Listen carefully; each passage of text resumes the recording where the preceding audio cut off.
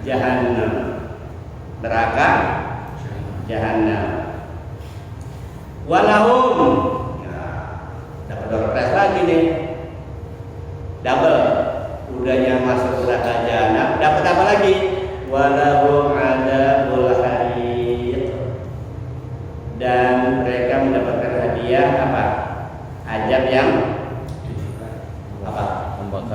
Membakar. Ya, di sini unik Pak. Di sini Allah menggunakan hari. Hari itu kalau dicemplungin bus oleh hari. Ada arang, kasih bensin. Kira-kira apa? Jus. Kasih bensin, jus. Hari itu namanya. Nah, nanti orang-orang ini akan dibakar oleh Allah. Ketika dicemplungin maka neraka makin menyala. Adabul harik. Kenapa? Karena memang manusia itu adalah bahan bakarnya neraka. Wa quduhan nas wal hijarah. Dan bahan bakar neraka itu adalah manusia dan batu dari neraka. Jadi arang, ya kan, yang mau nyala-nyala, kasih manusia cemplungin, peng, jus, kasih jus. Semakin manusia dicemplungin, apinya semakin besar. Yang membuat neraka itu apinya menyala-nyala kenapa? Karena adanya bahan bakar. Bahan bakarnya apa? Manusia. Ada. Nah, kenapa mereka dibakar oleh Allah? Karena dulu mereka membakar orang-orang mukmin. Ini masih menceritakan tentang ashabul ukhdud. Cerita kemarin kan orang mukmin yang dibakar hidup-hidup. Maka nanti mereka karena mereka tidak bertobat kepada Allah Subhanahu wa taala, maka mereka pun akan dibakar. Jadi yang menyebabkan mereka itu dibakar kenapa? Kata kunci ini nih. Lam yatubu.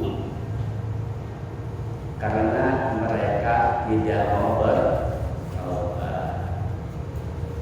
Kita itu pasti punya masalah. Yang dulu suka begini, gitu kan? Suka nyolong ayam, gitu, suka mabuk segala macam. Itu diajar sama Allah. Selama dia nggak tobat, pasti akan masuk neraka. Tapi kalau dia tobat, maka tidak akan disiksa.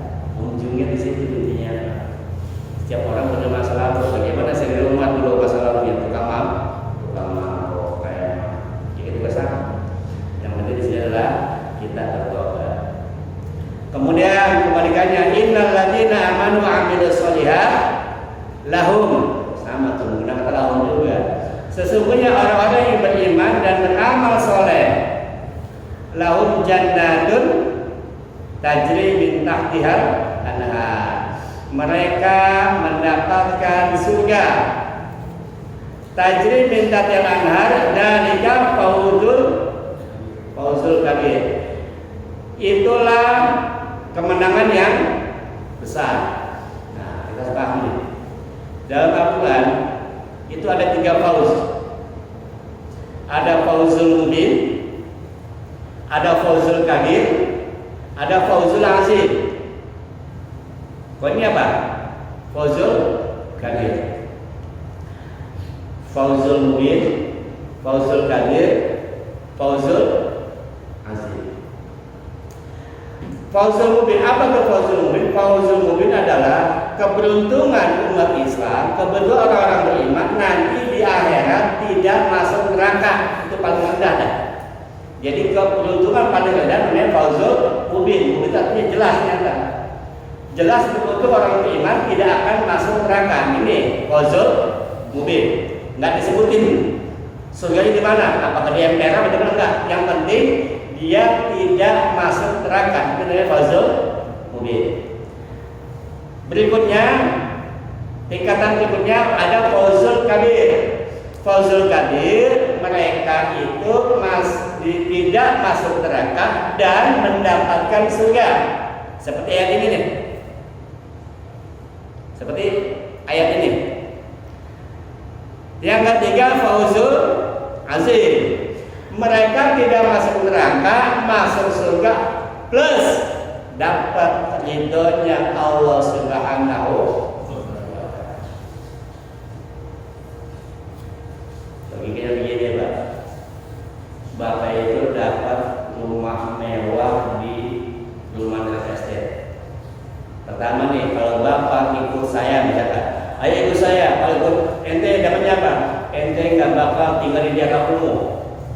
Bener, ente ikut aneh, ente nggak tinggal di daerah kumuh. Itu komplek biasa.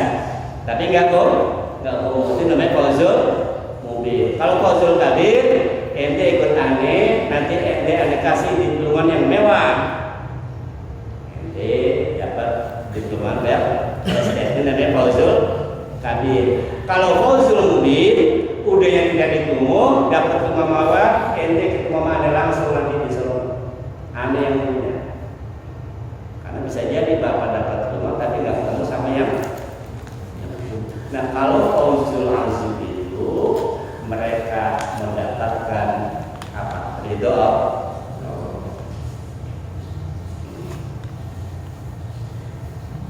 Kemudian inna batsya rabbika lasyadid. Apa dia di sini, Pak? Azab Tuhan sangat keras. Sesungguhnya Azab Tuhan sangat keras. azab Tuhan sangat keras. Dan di sini menggunakan kata batsya. Batsya itu artinya mengambil paksa. Itu namanya batsya. Kalau ngambilnya biasa saja seperti akhwada. Biasanya menggunakan kata akhwada, mengambil biasa. Ini namanya akhwada, ambil. Tapi kalau batsya itu diambil paksa. Nah, nanti Allah itu akan mengambil paksa. Kan beda Pak, kalau ngambil biasanya kan lembut kan ambilnya biasa. Tapi kalau batsya itu ngambil paksa di sekergok gitu kan, tarik. Ini namanya batsya, ambil paksa. Inna batsya rabbika, nah sesungguhnya Allah itu nanti akan mengambil mereka, menyiksa dengan siksanya sangat syadid. Inna huwa yubdi'u wa yu'id. Sesungguhnya Allah itu yubdi'u, apa yubdi'u? Yang menciptakan wa yu'id dan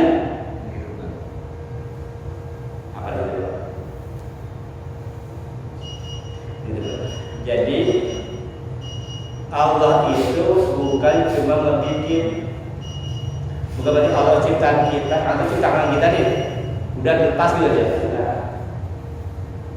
Atau ketika udahlah masuk beriman gitu mati, apa dikira kalau mati nggak dihidupin lagi? Pasti dihidupin lagi. Karena Allah lah yang menciptakan dan Allah pula yang mematikan. Di sini dia menggunakan kata yubdi'u ibadah, memulai, mengadakan. Maka yang mengadakan sebenarnya bid'ah. Maka Allah itu maha bid'ah, maha mengadakan. Allah yang mengadakan, Allah yang menciptakan, Allah pula nanti yang menghidupkan. Kenapa? Karena dulu banyak orang-orang mereka berpendapat bahwa kalau sudah mati ya sudah, nggak bakal hidup lagi. Makanya kita kan gitu Pak, kita itu sering berbuat maksiat, nggak mau beramal soleh karena kita merasa udah mati ya udah, nggak bakal dihidupin lagi. Tapi kalau dia berpikir, wah gua mati nanti dibangkitin lagi di kubur, dihisab, pasti dia akan menjalankan amal soleh. Tapi karena dia tidak menyadari atau dia lupa bahwa Allah itu nanti akan menghidupkan kembali. Innahu yubdi'u wa yu'id. Kemudian wa huwa ghafurur wadud, dan dia itu maha pengampun dan maha asih. Di sini Allah menggunakan kata ghafur. Kita bahas sedikit ya tentang asma Allah. Kalau satu dosa berarti Allah menggunakan kata ghafir. Ghafirul dzambi, penghapus satu dosa. Tapi kalau ghafur, dosa yang nggak terhitung. Allah akan mengampuni dosa-dosa orang yang sangat banyak. Dosanya menjibur, dosa segunung, selaut, Allah ampunin. Karena Allah memiliki sifat Ghafur. Al-Wadud, apa wadud? Maaf bang, pengasih, pemberi, Pak. Bentukan materi. Allah itu bukan cuma ngampuni, tapi dikasih juga. Makanya kita kan gini Pak, ada satu kalimat sudah dosa diampuni, Allah kasih pahala.